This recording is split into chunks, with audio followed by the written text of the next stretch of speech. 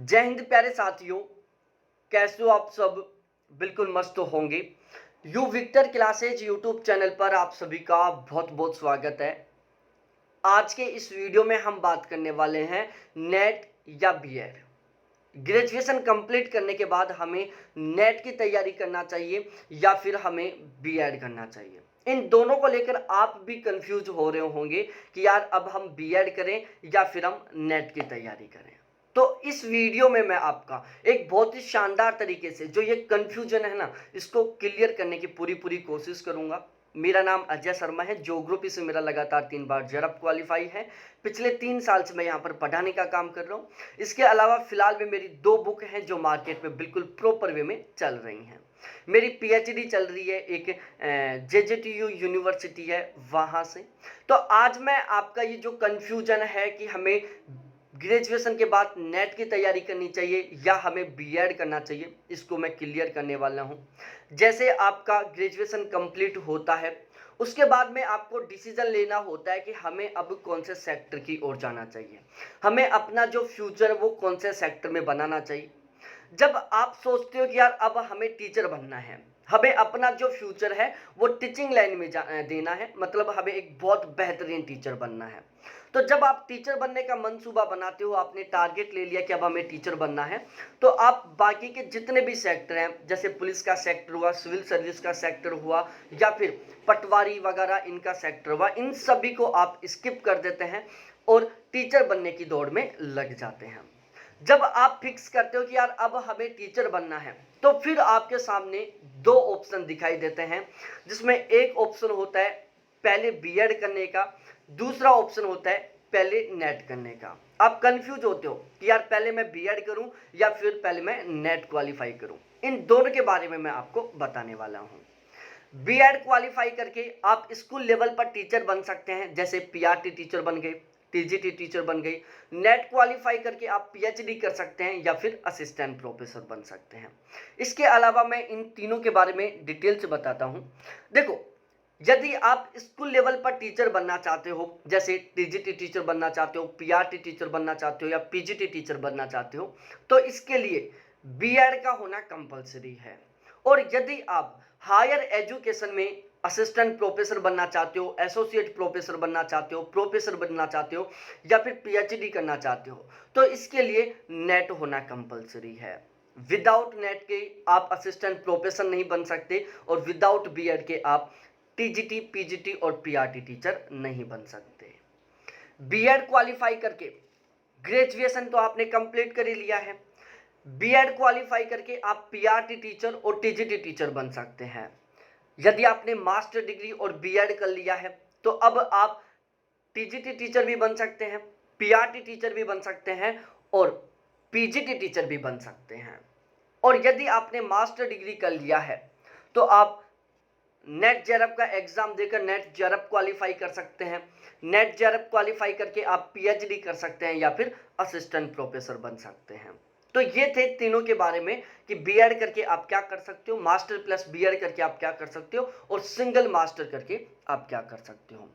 अब हमें इन तीनों में से कौन से सेक्टर में जाना है वो डिसाइड करता है आपके टारगेट के ऊपर। बहुत सारे कैंडिडेट हैं, उनका टारगेट रहता है कि यार हमें तो केवल हायर एजुकेशन की ओर जाना है, हमें जो ये स्कूली एजुकेशन है, स्कूलों में जो टीचर बनते हैं इनके चक्कर में नहीं फंसना, हमें तो हायर एजुकेशन की ओर जाना है, चाहे कुछ भी हो जाए, हमें तो असिस्टेंट प्रोफेसर ही बनना है।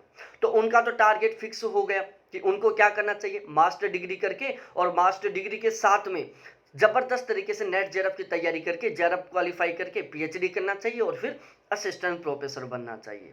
जिन कैंडिडेटों का टारगेट है कि यार हमें तो टीचर बनना है, ठीक है, और बहुत बड़े झंझट में नहीं फंसना, हमें तो केवल पीआरटी टीचर बन जाए एक बार बस, वहां पर भी हमारी लाइफ तो बहुत अच्छी खासी सेट है, हमें नहीं जरूरत है बहुत ज्यादा रुपए की और बहुत ज्यादा रेपुटेशन की, बहुत ज्यादा इज्जत की, बस हमें तो एक छोटी सी सरकारी नौकरी चाहिए। और पीआरटी टीचर की जो थर्ड ग्रेड टीचर की जो नौकरी है ना, वो हमारे लिए द बेस्ट है। ज्यादा से ज्यादा हम सेकंड ग्रेड बन जाएंगे, फर्स्ट ग्रेड का हमारा कोई सपना नहीं है। तो उन लोगों का भी बिल्कुल साफ रास्ता है कि उनको भी बीएड करना चाहिए। लेकिन ज्यादातर होता क्या है, हर एक कैंडिडेट को सोचना भी चाहिए ये कि जब आप टीचर बनने की सोच रहे हो तो आप फिर पीआरटी टीचर बनने की क्यों सोच रहे हो? आपका टारगेट होना चाहिए पीजीटी टीचर बनने का। आज आप डिप्रेशन में आकर या मजबूरी में आकर जल्दी जॉब लेने के चक्कर में डिसीजन ले रहे हो कि हमें तो केवल थर्ड ग्रेड टीचर बनना है, उसके बाद भी हमारी लाइफ सेट। लेकिन जब आप 5-7 साल तक थर्ड ग्रेड टीचर की नौकरी कर लोगे ना, उसके बाद आपको मन में लगेगा कि यार काश मैं फर्स्ट ग्रेड टीचर होता, या काश मैंने मास्टर डिग्री कर ली होती, आज मैं फर्स्ट ग्रेड के लिए एलिजिबल होता, फर्स्ट ग्रेड का एग्जाम देता और मेरे दोस्त की तरह मैं फर्स्ट ग्रेड टीचर बन जाता, या प्रमोशन के बेस पर मैं पीजीटी टीचर बन जाता। तो अब हम बात करने वाले हैं कि अब हमें क्या करना चाहिए और किस तरीके से करना चाहिए। अब मैंने क्या किया है, इनको दो भागों में डिवाइड किया है। पहला हमने पोर्शन बनाया है कि जब आपका टारगेट है पीआरटी टीचर बनना, टीजीटी टीचर बनना, लेकिन आपके मन में कभी कभी आता है कि यार एक बार गवर्नमेंट जॉब मिल जाए उसके बाद मैं पीजीटी टीचर बनूंगा या फिर मैं हायर एजुकेशन की ओर जाऊंगा।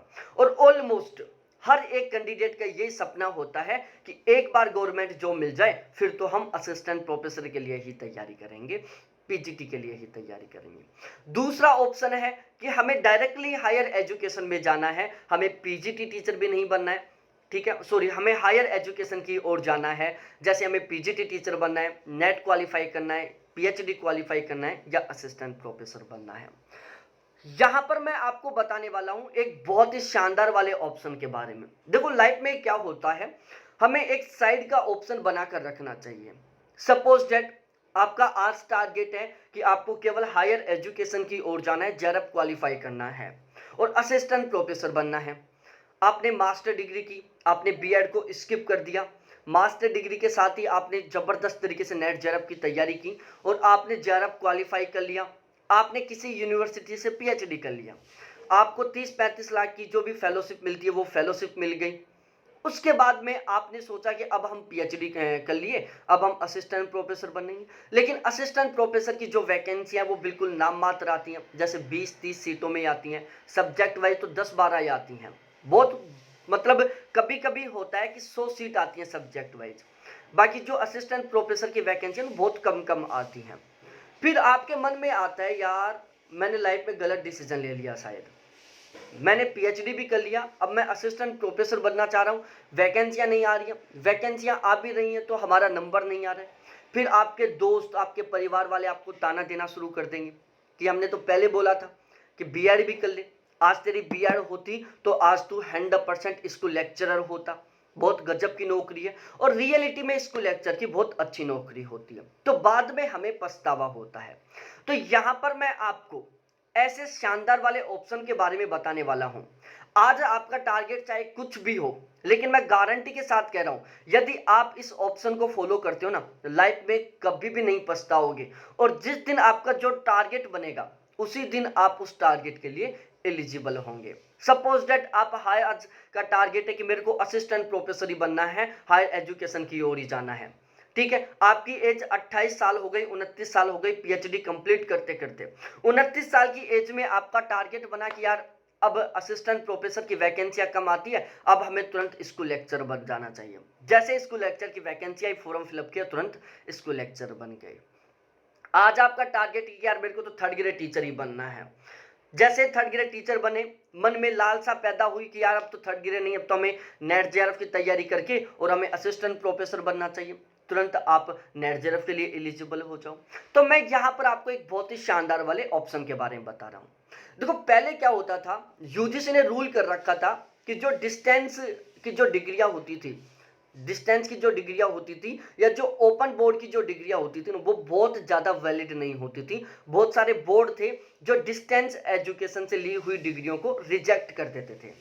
बहुत सारे बोर्ड होते थे जो जब एग्जाम का नोटिफिकेशन निकालते थे ना, उसमें बाकायदा मेंशन करते थे कि जो बीएड की डिग्री है वो रेगुलर से होनी चाहिए, मास्टर डिग्री रेगुलर से होनी चाहिए। मतलब डिस्टेंस बोर्ड से जिन कैंडिडेटों ने डिग्री हासिल की है वो यहाँ पर एलिजिबल नहीं है। लेकिन अब यूजीसी ने रूल बना दिया कि चाहे आप डिस्टेंस से डिग्री प्राप्त करो, चाहे आप रेगुलर से डिग्री प्राप्त करो, दोनों की वैल्यू बिल्कुल बराबर है, ठीक है। सपोज दैट आपने डिस्टेंस से मास्टर डिग्री ले ली, तो आपकी वो जो डिस्टेंस से मास्टर डिग्री है ना, उसकी वैल्यू बिल्कुल रेगुलर की मास्टर डिग्री के बराबर है। या फिर आपने डिस्टेंस से बीएड कर ली, तो आपकी जो डिस्टेंस है बीएड है ना, उसकी जो वैल्यू है वो रेगुलर से जो बीएड है उसके बिल्कुल बराबर है। मतलब आपने यदि डिस्टेंस से कोई डिग्री हासिल की है तो डिस्टेंस मोड से होने की वजह से आपको कभी नुकसान नहीं उठाना पड़ेगा। यूजीसी ने एक रूल लागू कर दिया कि अब आपके पास चाहे डिग्री डिस्टेंस से हो चाहे रेगुलर से हो, दोनों बिल्कुल बराबर रूप से मान्य होंगी।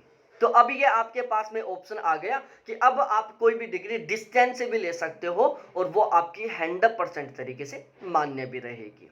अब हम बात करते हैं, जैसे अभी आपका फिलहाल में टारगेट है कि यार सबसे पहले तो मेरे को पीआरटी टीचर बनना है, टीजीटी टीचर बनना है। जब हम पीआरटी या टीजीटी टीचर बन जाएंगे ना, उसके बाद सोचेंगे कि हमें लाइफ में क्या करना चाहिए। तो आपको क्या करना चाहिए, जो बीएड है वो आपको रेगुलर करना चाहिए। ठीक है, बीएड के लिए आप रेगुलर मोड में एडमिशन लो, क्योंकि जो पीआरटी का एग्जाम होता है, जो टीजीटी का एग्जाम होता है ना गवर्नमेंट जॉब का, उसमें बीएड का जो सिलेबस होता है उसका बहुत अच्छा खासा योगदान होता है। यदि आपने बीएड में बहुत अच्छे तरीके से पढ़ रखा है तो पीआरटी टीचर बनने में, टीजीटी टीचर बनने में आपकी बहुत अच्छे खासे तरीके से हेल्प होने वाली है। तो यदि आपका फिलहाल का टारगेट है पीआरटी टीचर बनना है, टीजीटी टीचर बनना, तो आपको सबसे पहले बीएड में एडमिशन ले लेना चाहिए रेगुलर मोड में, और उसी के साथ साथ आपको डिस्टेंस से मास्टर डिग्री में एडमिशन ले लेना चाहिए। मतलब एक साथ आपकी दो डिग्रियां चलेंगी। एक साइड आपका कोर्स चल रहा है बीएड का जो आप रेगुलर मोड में कर रहे हो, दूसरी साइड आपका कोर्स चल रहा है मास्टर डिग्री का जो आप डिस्टेंस मोड में कर रहे हो। मतलब 2 साल में आपको 2 डिग्रियां मिलने वाली हैं, बीएड की भी मिलने वाली है जो रेगुलर से, मास्टर डिग्री की भी मिलने वाली है जो कि डिस्टेंस से। तो जैसे 2 साल कंप्लीट होंगे आप 3 एग्जामों के लिए एलिजिबल हो गए। पहला एग्जाम टीजीटी पीजीटी एग्जाम के लिए एलिजिबल हो गए, दूसरा पीआरटी इसके लिए एलिजिबल हो गए, नेट जेआरएफ के लिए एलिजिबल हो गए। मतलब 2 साल के बाद में आप हर एक एग्जाम के लिए एलिजिबल हो गए, चाहे आप पीआरटी का दो और चाहे आप असिस्टेंट प्रोफेसर के लिए नेट का एग्जाम दो। ठीक है, अब आपका टारगेट ही है पीआरटी टीचर बनना, टीजीटी टीचर बनना। तो इनके लिए कुछ स्टेट हैं जो अपना एलिजिबिलिटी एंट्रेंस टेस्ट करवाते हैं, जिनको हम टेट नाम से बोलते हैं। जैसे सी टेट का हो गया, यूपी टेट का हो गया, एच टेट का हो गया। तो आप जिस स्टेट से हैं उसका जो टेट का एग्जाम होता है या फिर उसका जो एलिजिबिलिटी का एग्जाम होता है, साथ के साथ उसकी भी तैयारी करते रहो, ताकि जैसे आपका बीएड कंप्लीट हो आप उसका एग्जाम दो और आपका वो एग्जाम भी क्वालिफाई हो जाए। जैसे सी टेट का ही हम एग्जाम्पल ले लेते हैं। भाई बीएड चल रही है, बीएड के दौरान साथ साथ ही आप सी टेट की भी तैयारी करते रहो। जैसे आपका बीएड कंप्लीट हुआ, आप सी टेट के लिए एलिजिबल हुए, सी टेट का एग्जाम तो पहले अटेम्प्ट में आपका सी टेट क्वालिफाई, डायरेक्टली आप थर्ड ग्रेड टीचर और सेकंड ग्रेड टीचर के लिए बिल्कुल 100% तरीके से एलिजिबल हो गए। साथ ही साथ आप नेट का भी दे सकते हो, क्योंकि आप नेट के लिए भी एलिजिबल हो चुके हो। साथ के साथ 2 साल में आपकी मास्टर डिग्री भी हो चुकी है। अब हम बात करते हैं, जब आपका टारगेट है हायर एजुकेशन की ओर जाना, मतलब पीजीटी टीचर बनना, पीएचडी करना या असिस्टेंट प्रोफेसर बनना। तो देखो, जब आपको पीजीटी टीचर बनना है, असिस्टेंट प्रोफेसर बनना है, नेट क्वालिफाई करना है, तो इसके लिए ज्यादा जरूरी है आपका जो सब्जेक्ट है ना, जिस सब्जेक्ट से आप मास्टर डिग्री कर रहे हो उसके ऊपर बहुत गजब तरीके से कमांड होना। आपका टारगेट है पीआरटी टीचर बनना, टीजीटी टीचर बनना, तो वहां पर आपका सब्जेक्ट बहुत गजब से तैयार हो, बिल्कुल भी जरूरत नहीं है। ठीक है, लेकिन जब आपका टारगेट है पीजीटी टीचर बनना, असिस्टेंट प्रोफेसर बनना, नेट क्वालिफाई करना, तो यहां पर बहुत ज्यादा जरूरी है कि आपका जो मास्टर सब्जेक्ट है ना, जिस सब्जेक्ट से आप मास्टर डिग्री कर रहे हो, वो आपका बहुत ही गजब तरीके से तैयार होना चाहिए। और जब आप अपने सब्जेक्ट को बहुत गजब तरीके से तैयार करना चाहते हो, तो आप यहां पर ऑप्शन देखो, आप मास्टर डिग्री करो रेगुलर से, ताकि आप रेगुलर अच्छे से पढ़ सकें, और आप बीएड करो डिस्टेंस मोड से, क्योंकि वो तो आपको एक पैरेलल चाहिए। तो जब आपका टारगेट है पीजीटी या हायर एजुकेशन की ओर जाना, तो आप मास्टर डिग्री रेगुलर मोड से करो, बीएड आप डिस्टेंस मोड से करो। 2 साल में आपको 2 डिग्रियां मिल जाएंगी, रेगुलर मोड से मास्टर डिग्री मिल जाएगी और डिस्टेंस से आपके पास बीएड की डिग्री आ जाएगी। अब आपका टारगेट है हायर एजुकेशन की ओर जाना, तो आप मास्टर डिग्री के साथ ही किसकी तैयारी करो, जबरदस्त तरीके से नेट जेआरएफ की तैयारी करो। जब आप मास्टर डिग्री के साथ साथ जबरदस्त तरीके से नेट जेआरएफ की तैयारी करेंगे, नेट जेआरएफ का एग्जाम देंगे, नेट मास्टर डिग्री के दौरान ही आप बहुत ही गजब के मार्क्स के साथ जेआरएफ क्वालिफाई कर लो। मास्टर डिग्री के साथ साथ आपका जेआरएफ क्वालिफाई हो गया, आपको बीएड की डिग्री मिल गई, सब्जेक्ट बहुत गजब तरीके से तैयार हुआ। जैसे असिस्टेंट प्रोफेसर की वैकेंसी आई, तुरंत अप्लाई करो, फर्स्ट अटेम्प्ट में असिस्टेंट प्रोफेसर के लिए। यदि असिस्टेंट प्रोफेसर की वैकेंसी नहीं आई, आपके पास जेआरएफ क्वालिफाई है, पीएचडी में एडमिशन ले लो, फेलोशिप स्टार्ट हो गई आपकी। या फिर जैसे ही कोई पीजीटी टीचर की वैकेंसी आई किसी भी स्टेट से, आप अप्लाई करो, आपका जेआरएफ क्वालिफाई है, मास्टर डिग्री के दौरान ही आपका सब्जेक्ट बहुत गजब तरीके से तैयार हो गया, पहले अटेम्प्ट में पीजीटी टीचर बन गए, ठीक है। और यदि असिस्टेंट प्रोफेसर की भी वैकेंसी नहीं आ रही है, आपकी पीजीटी की भी वैकेंसी नहीं आ रही है, आपका जेआरएफ क्वालिफाई है, कहीं पर भी पीएचडी में एडमिशन ले लो, फेलोशिप स्टार्ट, पीएचडी भी चल रही है। तो इस तरीके से ये है एक बहुत ही स्मार्ट तरीका फ्यूचर को बहुत ही गजब वे में लेकर जाने का, ठीक है। 2 साल में आपको 2-2 डिग्रियां भी मिल रही हैं और डिग्री मिलने के साथ ही आपको गवर्नमेंट जॉब मिलने की बहुत अच्छे तरीके से तैयारी भी हो रही है। तो ये था पूरा सीन प्यारे साथियों। वीडियो बहुत अच्छा लगा हो, आपके डाउट क्लियर हो गए हो, तो वीडियो को लाइक करो, अपने दोस्तों के साथ शेयर करो, और हाँ, चैनल को सब्सक्राइब जरूर करना। बहुत बहुत धन्यवाद आपको देखने के लिए। थैंक्स बाय मेरे प्यारे साथियों। फिर मिलते हैं हम इसी तरीके से दूसरे वीडियो के साथ।